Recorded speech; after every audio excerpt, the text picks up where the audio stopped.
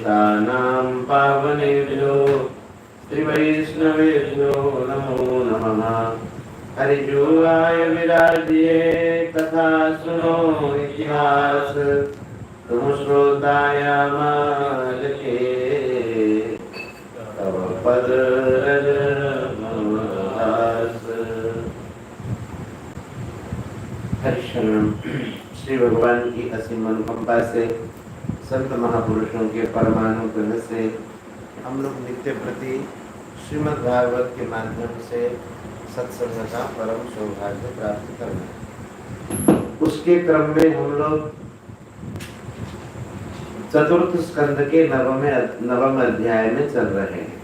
श्री ध्रुव जी महाराज कहते हैं, भगवान की स्तुति करते हुए, भक्तिं मुहुः प्रवहतां स्वयि मे प्रसंगो भूयात् अनन्तमहताम् अमलाशयानां येनान्दसोल्बणमरुभ्यसनं भवाब्धे निश्चेव वद्गुणकथामृतपानमत्तः।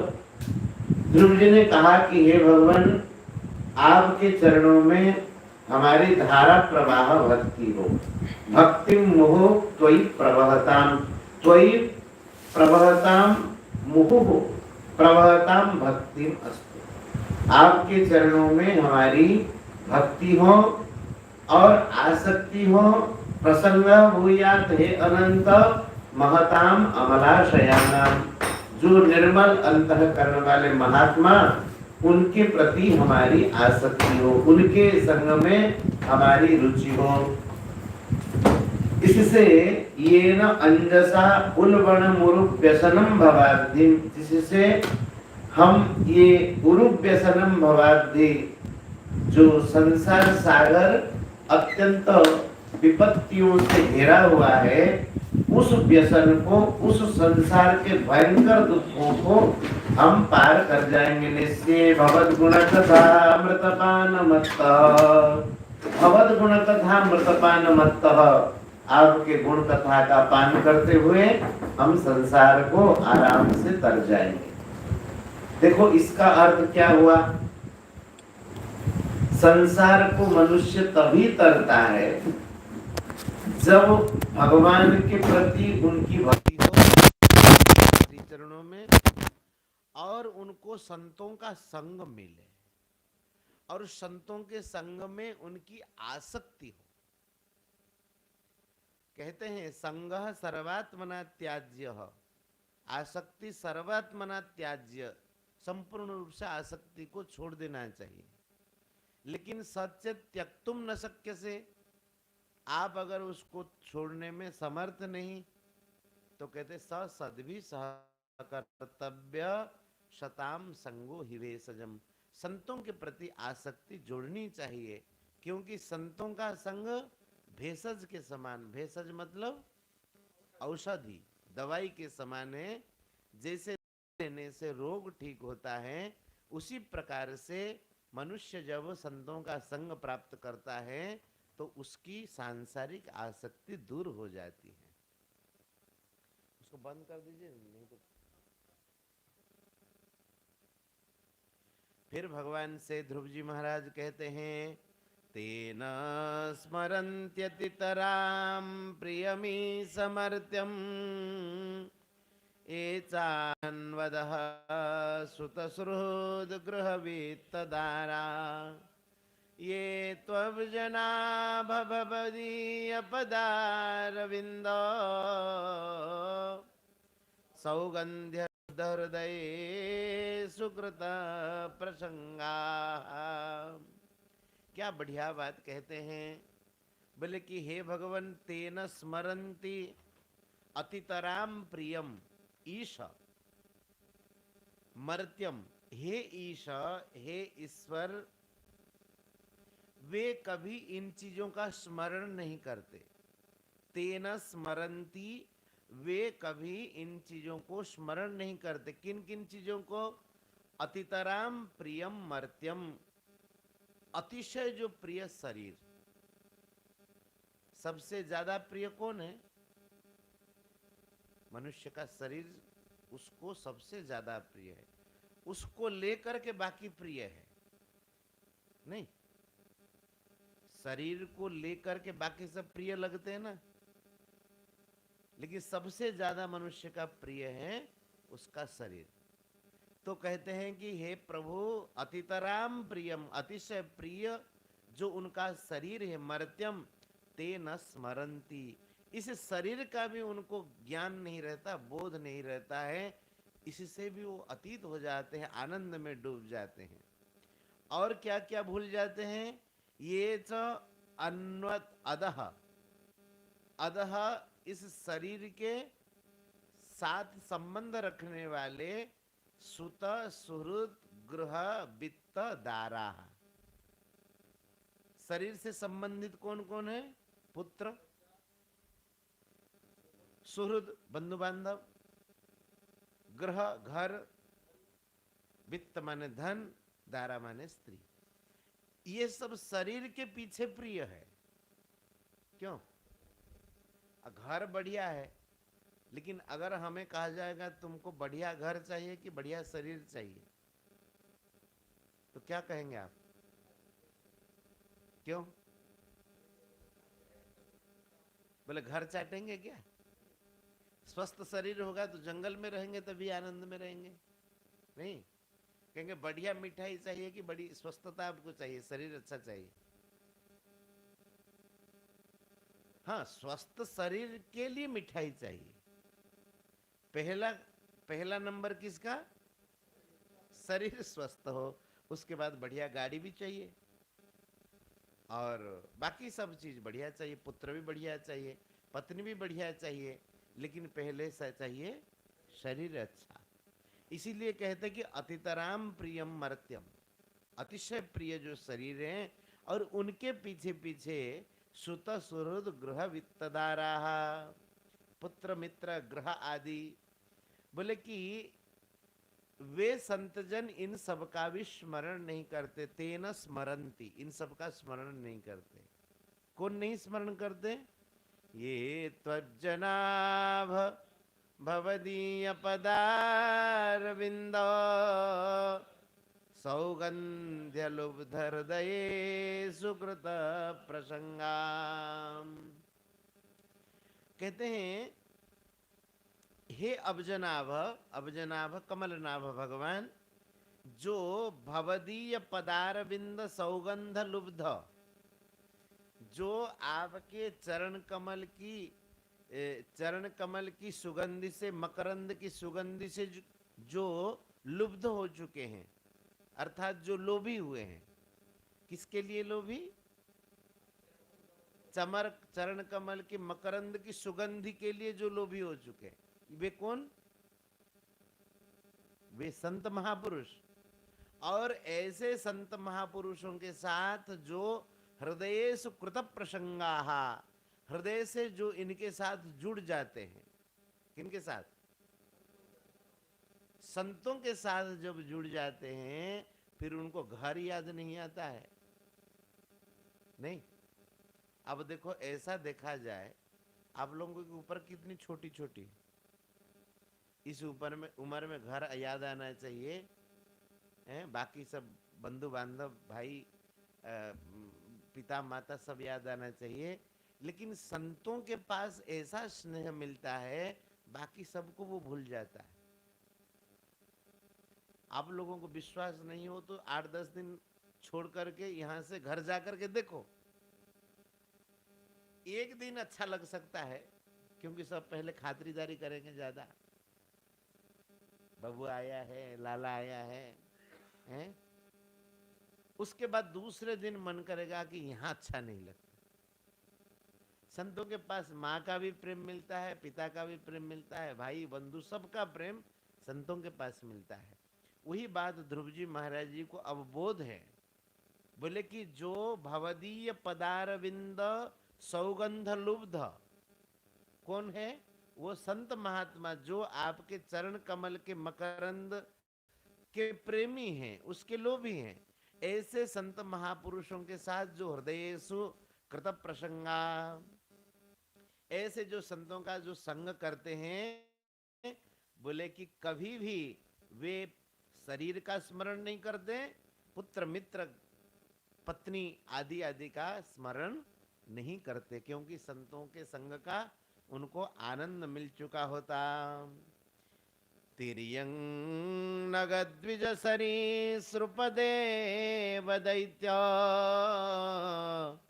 मर्त्यादिवे परिचितं सदसद्विशेषम् रूपं स्थविष्टमजते महदाद्यनेकम् नातः परं परमवेद्मि न यत्र वादः। बोले कि भगवान यह जो आपका स्थूल रूप है, श्लोक मिला ना कोटु पढ़ुचंदी से जान नथी एमती भी चलता है। तिर्यं नगद्विज सरीसृप देव दैत्य मर्त्यादि परिचितम सदसद विशेषम। बोले ये सब तिर्यक माने पशु आदि, और नग नग माने है, नग किसको कहते? ये वृक्षों को नग कहते, पहाड़ों को भी नग कहते। नगाधिराज, पहाड़ों का नाम भी नग। अस्तित्तरश्याम दिशि देवतात्मा हिमालयो नाम नगाधिराज। ये कुमार समूह है। हाँ, नगच्छति माने पहाड़ पर्वत जो स्थानु है। तो कहते हैं कि तिर्यंग नगद द्विज, द्विज पक्षी आदि, सरीसृप जो रेंगने वाले, देव दैत्य मर्त्यादि भी जो देवता दैत्य मनुष्य आदि से जो परिचितम माने परिपूर्ण, सदसद विशेषम, यह जो अनेक ये जो सृष्टि का स्वरूप है जिसमें कि महत तत्व आदि सब जुड़े हुए हैं। बोले कि भगवान में इसी को ही देखता हूं, इसी को ही जान पाता हूं। रूपम स्थविष्ठ मजते महदाद्यनेकम, में आपका ये जो स्थविष्ठ रूप, स्थविष्ठ माने ये जो विराट रूप, हाँ, जो एक प्रकार से प्रकट रूप में है। बोले कि भगवान मैं इस स्थूल रूप को ही जान पाता हूं, और न अतः परम परम वेद्मि न यत्र वादः। आपका जो परम स्वरूप है, हे परम, आपका जो परम स्वरूप है, यत्र न वादः, जहाँ वाणी की गति नहीं है, तन्न वेद्मि, मैं उस तत्व को जान नहीं पाता हूँ। मैं केवल ये सृष्टि को देखता हूँ, सृष्टि को जानता हूँ। हे भगवन कल्पांत एतदखिलम जठरेण गृह्णान् सेते पुमान् स्वदृगनन्त सखस्तदङ्के यन्नाभिसिन्धुर्वः काञ्चनलोकपद्मा गर्भे द्युमान् भगवते प्रणतोस्मि तस्मै। ऐसे भगवान को मैं प्रणाम करता हूँ। यह कल्पांत एतदखिलम जठरेण गुन्नन, कल्पांत में माने कल्प का जब अंत होता है, माने जब महाप्रलय का समय आता है, तो कहते हैं कि एतत्, ये सारा संसार को, अखिलम, अखिलम माने संपूर्ण संसार को, जठरेण गृह्णन, अपने पेट में रख करके। आप कहेंगे सारा संसार को भगवान कैसे अपने पेट में रख देते?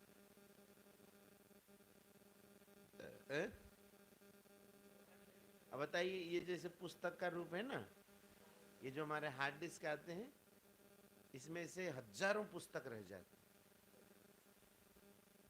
उसमें फाइल जब बन करके उसमें रखते हैं, अब किसी को कहेगा कि इसी में जो है सारे सारे पुस्तक, क्या महाराज जी कहते, पुस्तक,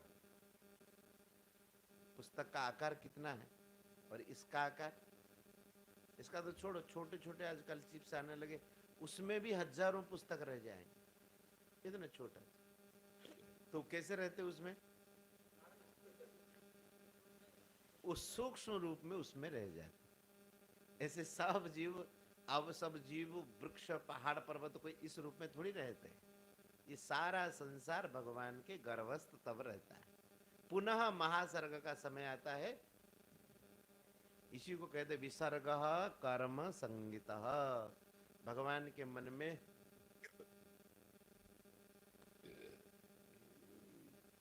वायु,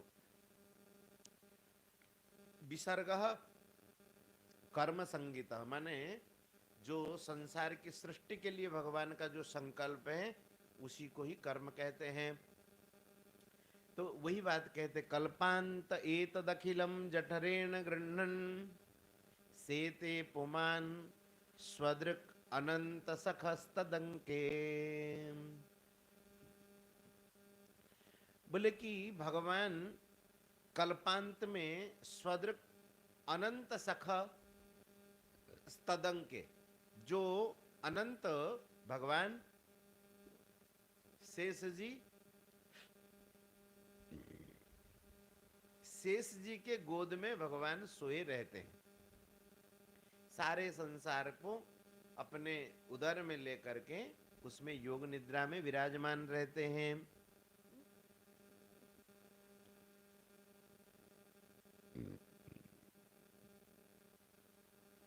यन्नाभिसिन्धुरुह काञ्चन लोक पद्म गर्भे द्युमान भगवते प्रणतोस्मि तस्मै। ऐसे भगवान को मैं प्रणाम करता हूँ। यन्नाभि सिंधु, जिनके नाभि रूपी सिंधु से रुह कांचन लोक पद्म, उसमें एक लोक पद्म, लोक पद्म कहते हैं कि ये आप लोगों को बताया था ना कि ब्रह्मा जी जिस पद्म में प्रकट हुए उसी पे ही तीनों लोकों की कल्पना हुई, भूर भुवः स्वः। तो लोक पद्म उसी को कहते हैं। यन्नाभि पद्म, यन्नाभि सिंधु रुह कांचन लोक पद्म गर्भे।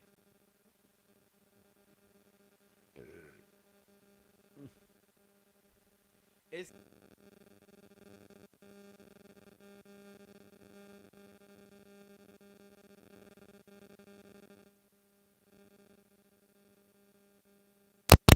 भगवान स्त्र्यधीश यद्बुद्धवस्तिमखण्डितया स्वदृष्ट्या दृष्टा स्थितो अधिमखो व्यतिरिक्तो आसे। बोले कि हे भगवान, त्वम नित्य मुक्त, आप नित्य मुक्त हैं और परिशुद्ध,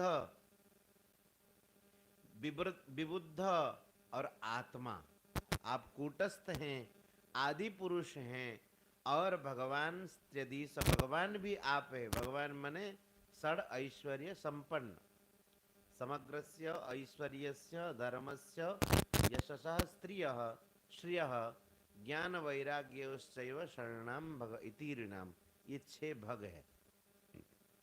तो कहते हैं कि आप त्र्यधीश हैं और तीनों गुणों के आप अधीश्वर हैं। तो क्या करते हैं, यद बुद्धि अवस्थिति मखंडतया स्वदृष्टिया, आपकी दृष्टि जो है अखंडया अखंडितया दृष्टिया, आपकी दृष्टि कैसी है? अखंड दृष्टि। अखंड दृष्टि माने अब हमारी दृष्टि खंडित हो जाती, कैसे है? अब वहां गौशाला में क्या हो रहा है हमको पता चल रहा है? दृष्टि दीवाल ने खंडित कर दिया ना। उड़ीसा में क्या हो रहा है पता चल रहा है? आगे क्या होगा पता चल रहा है? और हमारे से पहले जो हो चुका है पता चल रहा है उसका। तो हमारी दृष्टि तो हर किसी में खंडित हो जाती है। यहाँ ऐसा कपड़ा भी एक लगा देंगे तो दृष्टि खंडित हो गई, मैं आपको नहीं देख सकता। नहीं, श्री जयदयाल गोविंद जी भगवान का जिनको दर्शन हुआ था, महाराज जी कहते थे कि चीना कपड़ा फोड़ करके वो ऐसे 2 पल में ऐसे लेटे, पतला कपड़ा, जैसे हम के बोतल ले एक कपड़ा ओढ़, तो उनको भगवान भगवान का दर्शन हुआ प्रकाश पुंज। इस कमरे में दर्शन हुआ था, हम गए थे चूरू में, वो कक्ष आज भी होगा। तो दर्शन हुआ और निष्काम भाव प्रचार करने के लिए भगवान की प्रेरणा हुई उनको, फिर उन्होंने गीता जी का प्रचार करने। तो वे कहते थे कि देखो कि हम वो कपड़ा तान करके सोए थे, लेकिन किसको अगर भगवान दर्शन देना चाहते हैं तो उनके लिए कोई भी पर्दा नहीं रहेगा। अब जैसे हम कपड़ा ओढ़ करके सोए थे, तो कपड़ा हमारे लिए भगवत दर्शन में पर्दा नहीं। ऐसे अगर पहाड़ के उस पार भगवान है और भगत इस पार है, भगवान अगर भगत को दर्शन देना चाहे तो वो पहाड़ उसमें अवरुद्ध नहीं कर सकता। और अगर भगवान दर्शन न देना न चाहे तो सामने खड़े होंगे, आपको दिखेगा नहीं। नहीं, कुंती माता कहती नहीं कि आप जो है माया जवनिका छन्न मज्ञाधोक्षजमव्ययम न लक्ष्य से मूढ़ दृशाम नटो नाट्य धरो यथा। ऐसे ही जो अज्ञ है, आपके प्रति भक्ति नहीं है, वो आपको जान नहीं पाते। तो कहते हैं कि हे भगवान, यद बुद्ध्यवस्थिति मखंडितया स्वबुद्ध्या, कहते हैं कि आप बुद्धि के भी अवस्थिति है, माने बुद्धि के अवस्थाओं के आप साक्षी हैं और आपकी दृष्टि अखंड है। कई बार आप लोगों को समझाया, जब नींद में चले जाते हैं तो उस समय ज्ञान रहता है ना, सुसुप्ति में भी ज्ञान रहता है, जागने पर कहता है कि मैं सुख से सोया।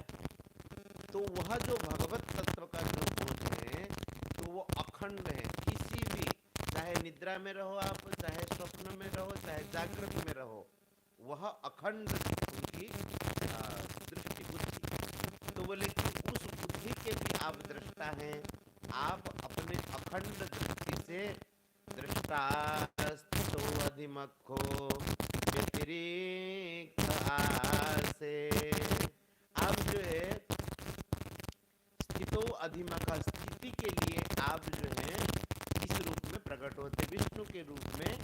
और विष्णु रूप से जो यज्ञ के जो अधिमख, अधिमख माने जो यज्ञ के ईश्वर, यज्ञेश्वर विष्णु के रूप में आप स्थिति के लिए प्रकट हो। पालन भगवान को करना है। तस्मिन् विरुद्ध गतयो यनि संपतन्ति विद्यादयो विविध शक्तय आनुपूर्व्यात् तद्ब्रह्म विश्वभवमेकमनन्तमाद्य आनन्दमात्रमविकारमहं प्रपद्ये। बोले यस्मिन् विरुद्ध गतयो ह्यनि संपतन्ति, विरुद्ध गतियां, विरुद्ध गतियां माने एक विद्या एक अविद्या, दोनों अलग अलग है ना, दोनों की गति अलग अलग। बोले ये दोनों भगवान में विरुद्ध गतयः अनिशम पतन्ति, अनिशम माने निरंतर भगवान में ये शक्तियां रहती है, प्रकट रहती है, विद्या भी और अविद्या भी। विद्यादयो विविध शक्तय आनुपूर्व्या, विविध जो शक्तियां क्रमशः आनुपूर्व्या आप में विराजमान निरंतर बने रहते हैं। आप जगत के कारण हैं, आनंद मात्र अविकार महम प्रपद्ये तद्ब्रह्म विश्वभवम एकम अनंत माध्यम, आप एक हैं, अखंड हैं, जगत के विश्वभवम विश्व के जो उत्पत्ति के आप कारण हैं, अनंत हैं, आद्य हैं, आनंद मात्र हैं, अभिकारी हैं। ऐसे भगवान आप हैं, आपके चरणों में मैं शरणागत होता हूँ। ये कह दिया ध्रुव जी ने। इतना कहने के बाद ध्रुव जी के मन में कहीं ना कहीं वो जो बात थी ना, क्या तो इच्छा थी, जैसे ध्रुव जी के मन में अब इच्छा रही नहीं, लेकिन पहले रही थी। ये अंतिम श्लोक में उसका थोड़ा सा प्रकाश आता है। अभी जितनी स्तुति ध्रुव जी ने किया, किसी श्लोक में भी कुछ मांगने की ध्रुव जी ने इच्छा प्रकट नहीं की। ये श्लोक में गुप्त रूप से ये भगवान से एक विशेष बात कहते हैं। हमारे मन में ये भी बात आई कि देखो, भगवान इतना अन्याय तो नहीं कर सकते हैं, ध्रुव जी को साथ में ले लेना चाहिए था। एक कारण तो वह बताया, क्या कि लोग क्या कहेंगे, भक्त करने गया था वहां मर गया, ऐसा कहेंगे, है ना। लोग में मेरा अपवाद नहीं हो, लोग समझे नहीं भक्ति करने वाला कि कोई साधारण नहीं, हेरे गेरे नहीं है। माभुज जनेष्वित असाधुवाद आराध्य आराध्य विष्णु किमनेन लब्धम। भगवान की आराधना करके क्या प्राप्त किया, लोग ऐसा न कहे, इसलिए मैं तुमको राज्य देता हूँ। दूसरी बात, भगवान ने जो दिया इनको, गुरु जी को, भगवान बड़े अंतर्यामी होते, भीतर की बात बहुत फर्क है।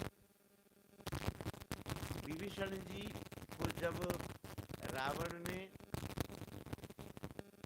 लात मारी, विभीषण ने समझाया कि नीति विरुद्ध मारिय दूता, दूत को मारना उचित नहीं है, ये नीति विरुद्ध है और इसको छोड़ दिया जाए। इसके लिए समझाया। अंगद जब गए, एक बार समझाया था, जब विभीषण गए, हनुमान जी गए थे तब समझाया था। बोले कि दूध को मारना नहीं चाहिए, आन दंड का करिए घुसाई, दूसरा दंड दे दीजिए। रावण, अब हनुमान जी सोच रहे कि क्या दंड देंगे, हमारे टांग तोड़ देंगे क्या, खोपड़ी फोड़ देंगे क्या, कुछ दंड दे देंगे। हनुमान जी जानबूझ करके जो बार बार पूंछों को देखे, अपने पूंछ को देखे, उसको माथे में लगाए, सूंघे, फिर चाटे। रावण को समझ में बात आ गई, क्या, हाँ, बंदर की ममता जो पूंछ पर, देखो बार बार सिर पे लगा रहा है। अब हनुमान जी जानबूझ के कर रहे हैं। अरे भाई, अगर टांग तोड़ दे, क्या पता। ये रावण के मन में आया, अच्छा हमारे बहन के नाक कान काटे, अब एक कहता नाक कान काट के उसको भेजो, ये भी तो अंग भंग है नहीं। अब तो ये नाक अगर काट देते, रावण अगर नाक काट देता तो राम जी की नाक कट जाती है कि नहीं। राम जी की तो नाक नहीं है। दूत का मतलब ये भगवान का ही दूत तो है, तो अगर नाक कान काट दिए तो भगवान का ही नाक कान कट जाएगा। हनुमान जी सोचे कहीं मेरा नाक कान न काट दे, तो वो जानबूझ करके ऐसा करने लगे जैसे रावण को लगे कि पूंछ पर ममता इनकी ज्यादा है। तो रावण ने कहा कि अरे अरे, समझ में आ गया, कपि की ममता पूंछ पर, बहुरी कहूं समुझाए। समझा बुझा करके कहता हूं, कपि की जो ममता होती है वो पूंछ पर होती, इसीलिए। अच्छा, ये भी कहता है कि भाई पूंछ को जो है काट के विदा कर दो, ये भी तो कह सकता था। लेकिन जैसे ही कहा कपि की ममता पूंछ पर, हनुमान जी ने सरस्वती को याद किया। बोले माता जी, आधा काम तो हो चुका है और एक आधा काम ही बचा है। ये ऐसा ना कहे कि इसको एक तलवार मंगा करके काट दो और भेज दो, इसमें तो केवल आप इतना कर दीजिए, इसकी जिह्वा पर बैठा करके आग लगा दे ये पूंछ पर हमारी। सरस्वती माता प्रकट हो गई रावण के मन में, और उन्होंने कहा कि देखो, इसमें तेल डाल करके कपड़ा वपड़ा लपेट करके इसको आग लगा दो, आग लगा देंगे तो पूंछ जल जाएगी, और वो परेशान होता उस पूंछ को लेकर के जाएगा अपने पति अपने स्वामी के वहां। हनुमान जी ने कहा कि ये बहुत बढ़िया काम हो गया। अब जान बुझ करके जो है हनुमान जी पूंछ को बढ़ाने लगे। ये तो उस समय की घटना, ये पूरी पूंछ की बात। तब रावण समझ गया था, मान गया था। अच्छा, इसमें और एक कारण है रावण मानने का।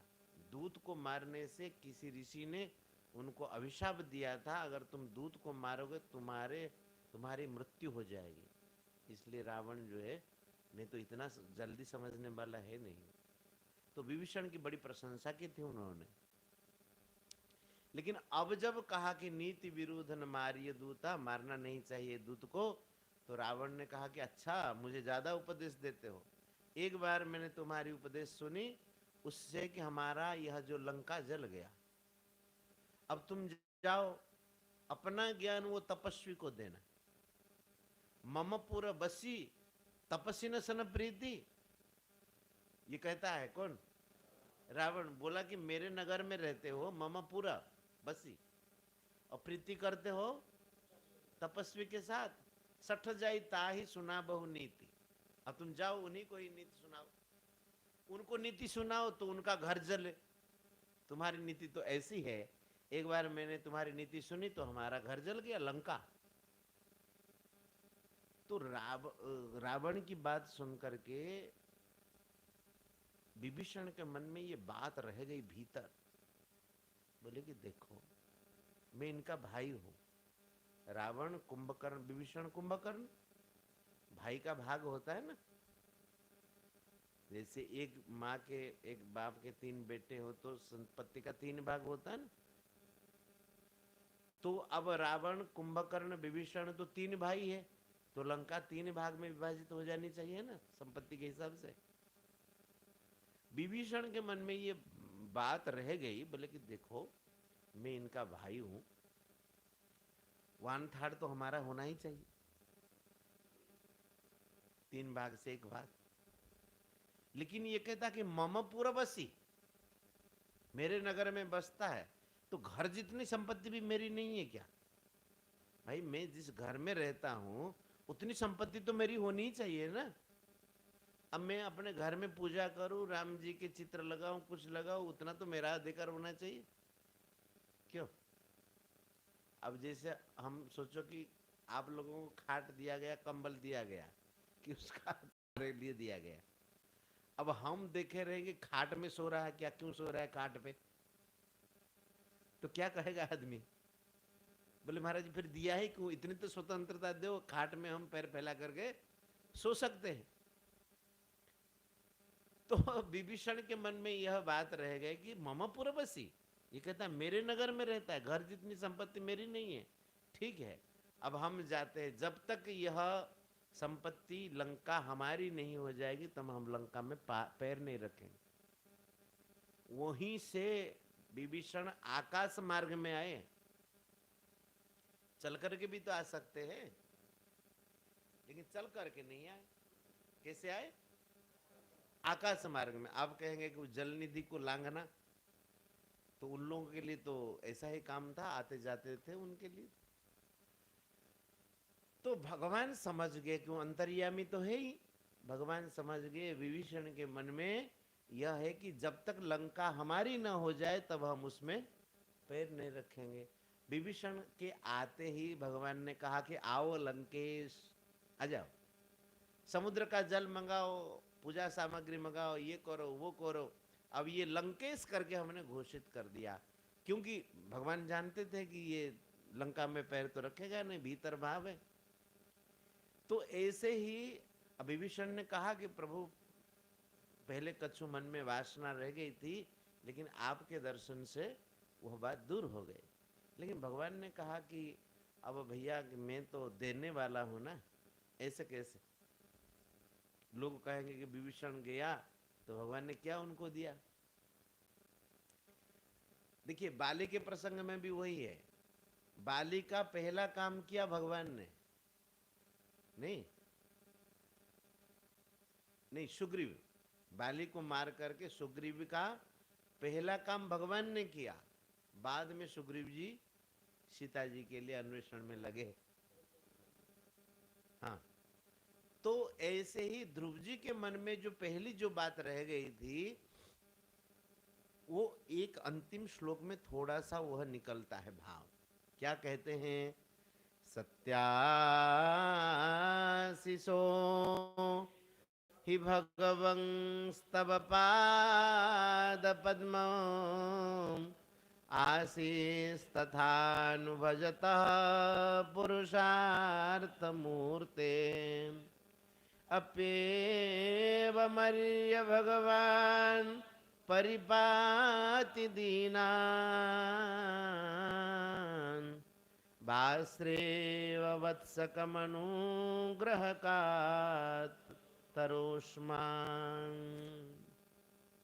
बोले कि भगवान अब तो मुझे यह समझ में आ गया, सत्याशिषो ही भगवं स्तवपाद पद्मम आसी तथानुभजतः पुरुषार्थ मूर्ते।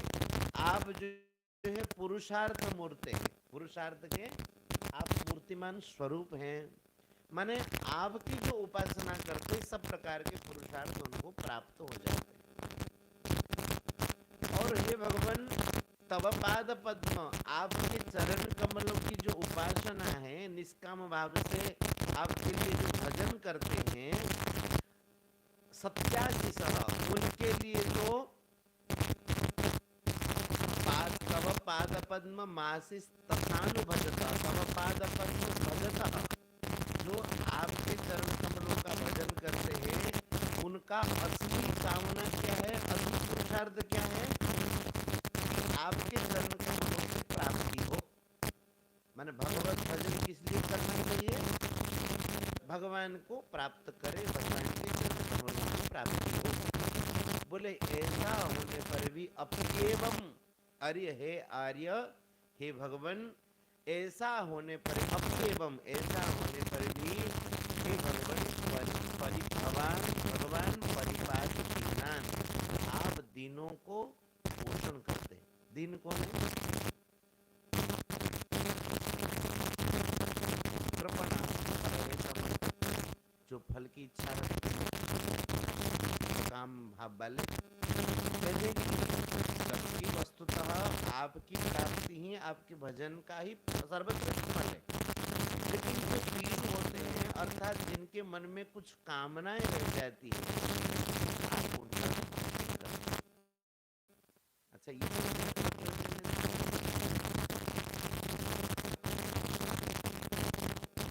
देखो कितनी भीतरी बात है। लेकिन कैसे, बाश्रेव वत्सक अनुग्रह का तरउष्मान, जैसे कोई छोटा बछड़ा हो, बाश्रेव वत्सकम अनुग्रह का तरह, जो गाय जो है अपने बछड़े के प्रति जैसे अनुग्रह करने के लिए कातर रहती है।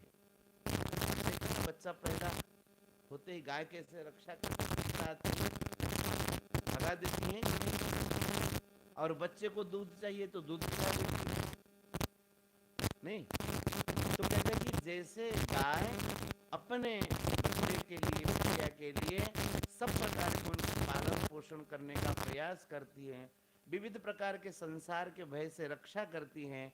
कहते हैं कि ऐसे हम जैसे दीन पुरुष माने सकामी हैं, उनको भी आप उनका भी पालन पोषण करते हैं। इसका मतलब उनके भीतर जो कामना है, उस कामना को पूर्ण कर देते हैं। लेकिन वस्तुतः आपके भजन का क्या फल है, आपके चरणों की प्राप्ति। लेकिन फिर भी किसी सकाम भक्त के मन में, अर्थार्थी भक्त के मन में अगर अर्थ प्राप्ति की इच्छा भी है, तो आप उनको ये नहीं कहते कि अरे मेरे भजन का फल तो मेरी प्राप्ति है और तुम अर्थ क्यों चाहते, हम तो तुमको देंगे नहीं।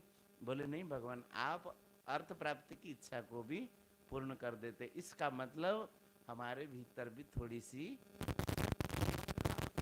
प्रकट में तो ध्रुव जी कहें, लेकिन ऐसा एक श्लोक बोले जिससे पता चलता है कि हम जैसे दीनों को भी आप पालन करते हैं, अर्थात हमारे भीतर जो इच्छा है पूर्ण कर दीजिए। मैत्रेय उवाच तथाभिष्टुत एवं वै सत्संकल्पेन धीमता भृत्यानुरक्तो भगवान प्रतिनंद्येदब्रवीत। ऐसे जो अथ अभिष्टुत एवं वै सत्संकल्पेन धीमता, धीमता श्री गुरुजी महाराज के द्वारा जो कि सत्य संकल्प हैं, उनके द्वारा जब इस प्रकार की स्तुति की गई, भृत्यानुरक्त भगवान, भगवान कैसे,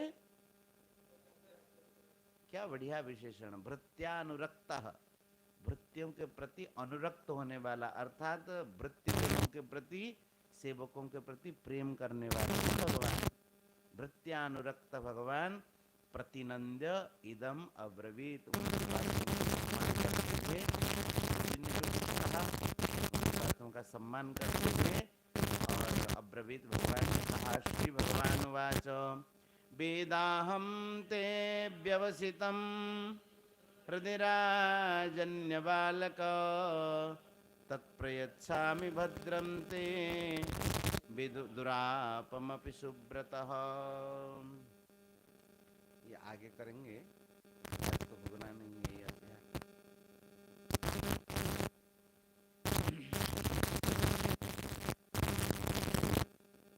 गोविंद जय जय गोपाल जय जय,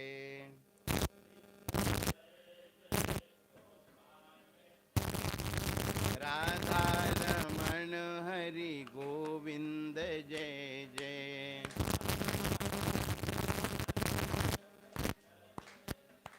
गोविंद जय जय गोपाल जय जय, गोविंद जय जय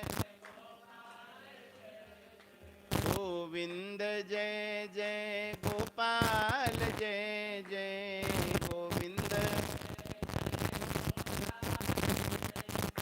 राधा रमण हरि गोविंद जय जय।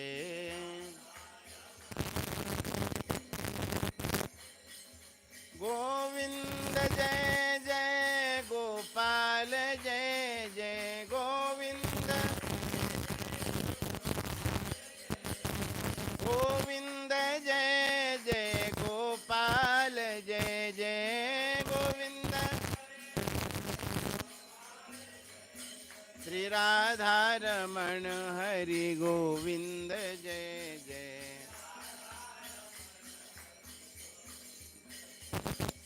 राधा रमण हरि गोविंद जय जय।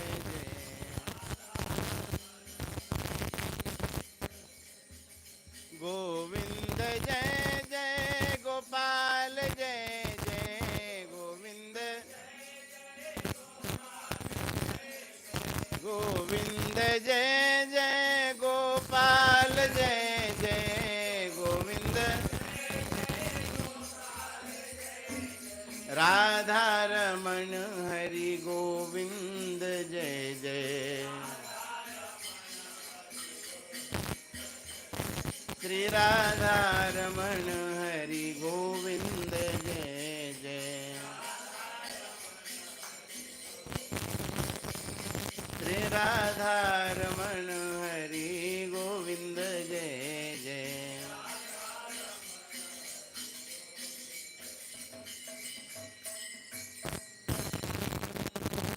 वृंदावन बिहारी लाल की। श्री